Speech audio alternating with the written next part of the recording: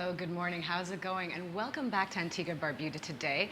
And we are in luck. We have a fantastic guest here who's been doing some amazing work on the island. She's been here for 8 years, and already I am thinking goals. These are the things that I would love to do as well for Antigua and Barbuda. So we have Cheryll Rogers joining us, and she is a benefactor to the language arts and via the Ministry of Education. So good morning and welcome. Good morning, thank you. It's so great to have you here. So fantastic.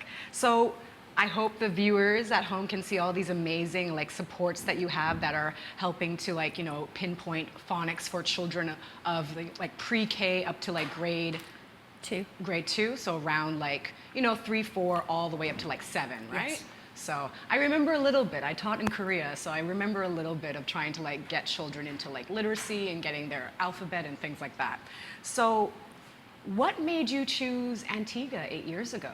I came on holiday here 15 years ago for the first time, fell in love with the island, and then we had a couple of family holidays here, bought some land, built a house, and yeah, I just fell in love with it. I love the people, the community, and the fact that even if you can just do a small thing, it goes a long way here. And it's beautiful. That is so inspiring for me because, I admit that I'm used to things being a little bit more just convenient in Canada. So there are moments when I'm just kind of oh, I don't know if I can make it out here. This is harder than I expected. So it's so inspiring that here you are, 8 years after you've built your house and that now you're working with the Ministry of Education. So what is Unicorn Collective and how does that also help with the Ministry of Education? So that's something I set up. I do a lot of work in the UK as well. All sorts of charity work. I'm actually a qualified psychotherapist, and I've learned through the work that I do with people that actually if you can empower them through education, that increases their life chances across all of the things they do. So I set up Unicorn Collective because otherwise everyone gets fed up of hearing Cheryll Rogers all the time. Something that I work with a group of other girls called Be the Difference. We've got lawyers, media, various people in different parts of the industry, so that we're all able to work together and collaborate, and that's what Unicorn Collective is. Okay, excellent. So we have all these amazing things that I think you are hoping to. You had a 5-year goal. I do. So I met when I was working with Cricket Kindness earlier in the year to bring cricket equipment to the schools here. I met Minister Darryl Matthew, and he explained to me the problem that they have with having qualified teachers for the youngest parts of the community. So I went to speak to Mrs. Desrin Collins at the ministry, and she said what they need is one system across the whole of the school system here, so that we can measure, we can standardise and we can measure. She'd met a woman called Heather Joy before, and so I brought Heather over in April, and we did the first 22 schools. Every kindergarten, year 1 and 2 teacher in those schools is going through the programme at the minute. It's going to take a year. We've got 16 qualified already. And this evening, these Virgin Atlantic very kindly flew over 250 kilograms of equipment for me. So every school will receive this package today. So it's all of the teachers' aids, the school things, the stuff for the kids to use, all of the reading books, big freezers for the walls to kind of just brighten things up and really engage with the children. The phonics program, this particular phonics program is important because it's multisensory. So it's rather than just academic of reading and seeing the letter and being able to understand the sounds, there's songs and rhymes. So it gives the teachers a really great structure to be able to bring to the classroom to kind of enliven their lessons.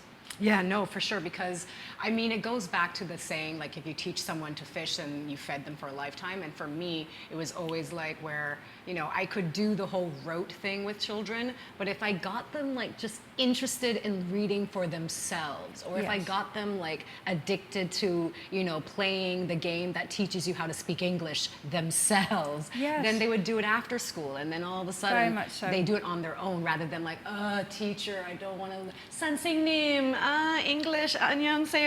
You know what I mean? Exactly. So I was always trying to get them to be addicted to it on their own. And what's really important with this as well is that this parents' engagement. So we're going to be doing some evenings in the schools for parents to come in, because understanding that the phonics sounds really helps at home. And there'll be parents who aren't that skilled at reading. They'll also benefit from this, and it should then raise everybody up together. Exactly. What we'd really like, my aim is in 5 years' time that every child in Antigua and Barbuda Rising 7 will be able to read, because that gives them access to the rest of education. That's beautiful. Exactly. So, I feel so excited. Like my heart is full. Like it's one of those things where this is beautiful. So schools, so there's 22 schools that are already going to get all of these. Yep, this evening. Okay, so today, they're going to get all of this. Ready for the start of the new school year. That's what we wanted. Qualified teachers with equipment ready to go. And then the next tranche will come in.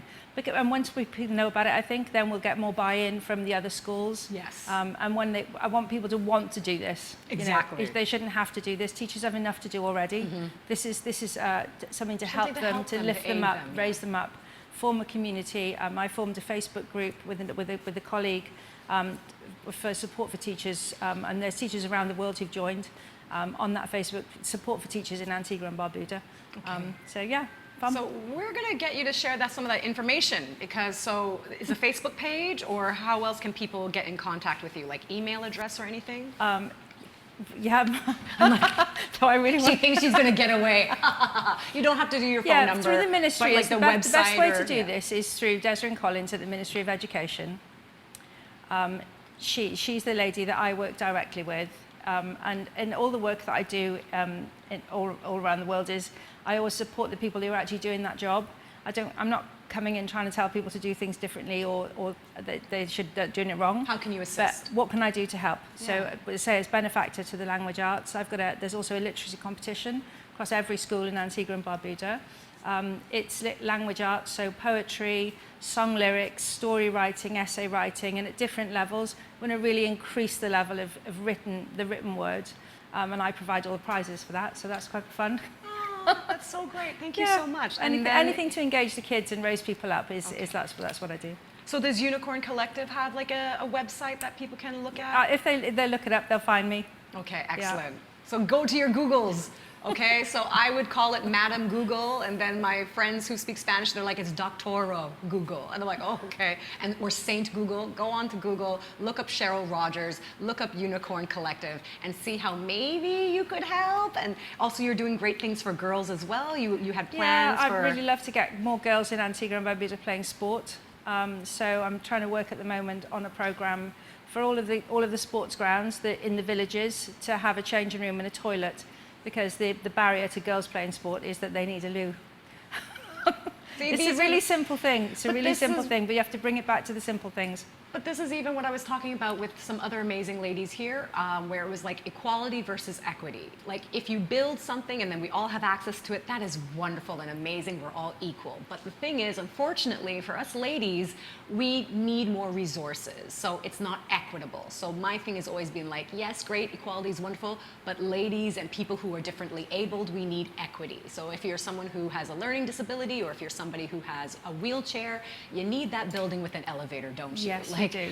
So we need equitable, treatment and resources and facilities. Yeah, so. I'm very interested in helping women and girls, especially young, less fortunate girls, to re-access education, because not everyone wants to be a cleaner. Exactly. Like, there's a full range of things that we want and that we need. Cleaners are essential. Oh my goodness, we needed you so desperately, especially the pandemic has let us know how important, domestic workers are. But, I mean, if you want to maybe be a yacht sailor or an architect, or if you want to be a teacher or a presenter, we should have those opportunities for you. So again, thank you so much. Mrs. Rogers, thank you so much for coming in and showing all these like super fun, like I'm gonna put these away so that the school will be able to get these and enjoy them. And also, please don't go anywhere. Antigua and Barbuda today, it's all here.